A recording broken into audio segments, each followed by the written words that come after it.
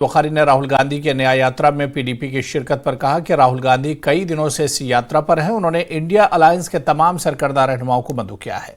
महबूबा मुफ्ती को भी मदऊ किया गया है। बुखारी ने कहा कि यह यकजहती का मुजाहरा होगा। उन्होंने कहा कि एनसी और पीडीपी के बीच इख्तिलाफात का इससे कुछ लेना देना नहीं है। देखिए, आपको पता है कि राहुल गांधी जी न्याय यात्रा पे काफी दिन से निकले हुए हैं और वो कल्मिनेट महाराष्ट्र में हो रही है, मुंबई में।